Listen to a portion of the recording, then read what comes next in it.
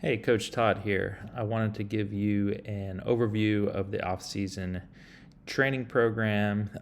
There are explainer videos on YouTube in this playlist as well for each of these days here, but I wanted to just give you an overview of the whole thing and talk about a few considerations. So, as you can see, I have split the program into three separate categories: throw days, speed days, and strength days.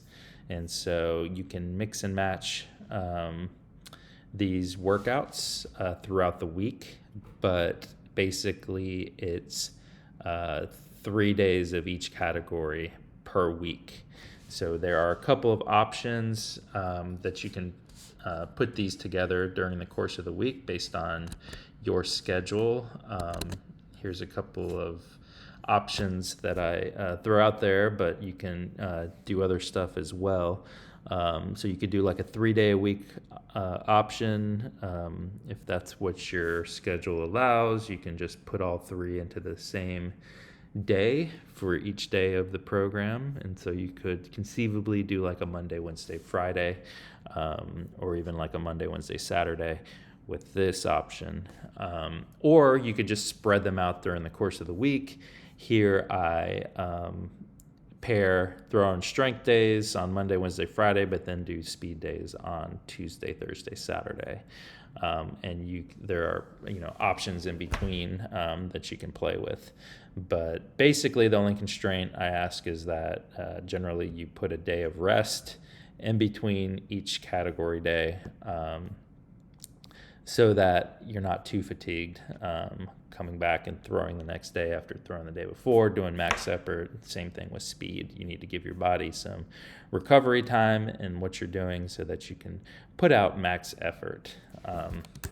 Additionally, for the first couple of weeks of doing this program, I would call it an on-ramping period where you're not focused on max effort exertion.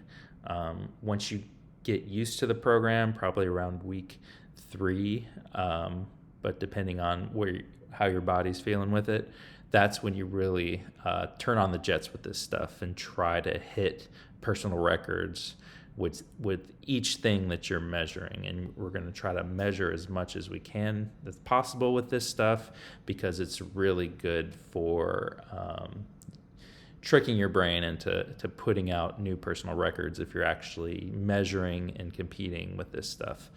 But the first 2 weeks, really you're basically kind of going through the motions. It's getting used to the movement patterns that we're talking about here. You're going to be pretty sore, I think, if you just kind of go through the sets with the specified movements with good form, because it's, for a lot of you, it's going to be new stuff for your body. You're going to be a little stiff the next day. And so if you do that a week or two, and your body's going to get used to it, and it's going to feel better in putting out max effort with this stuff. So I'm not saying you can't put out max effort the first couple weeks, but let's say you do put out max effort like throw day 1, but if you're feeling like trash on speed day, or the next day, whatever you're doing in the program, then don't feel like pressure to kind of like still like push your body further. Like you don't want to like push your body so hard where you're going to get injured the first couple of weeks and screw over the rest of the off-season training program. That's why it's important to ease into this program the first couple of weeks and really get used to doing the movements with good form, so your body stays healthy throughout. So that said, once you've got the form and the patterns down, probably like around week 3, then it's going to be you're focused on each of these putting out max effort and hitting good numbers. So definitely watch the explainer videos and get up with me if you have any questions. But this program is meant to be done during the off season. We would likely tune this stuff during the regular season because you're practicing every day. You're fatiguing your body with games and long practices.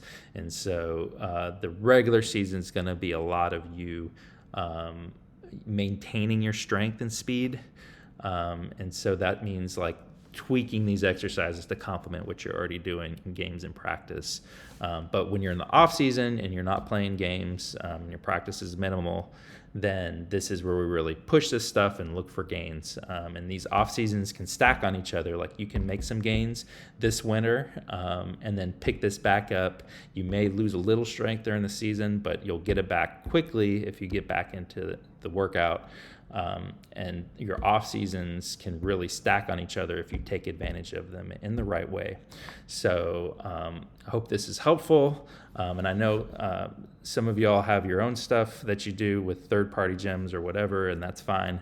But I want to make this stuff available. This is the workout program that I used for myself, so I know it's not injuring this 47-year-old, and hopefully it's not going to injure you 15 and 16-year-olds. So it's when done with good form and when listening to your body, this should be a really beneficial thing for growing your strength and your speed. So good luck, and look forward to seeing what gains you guys can accomplish.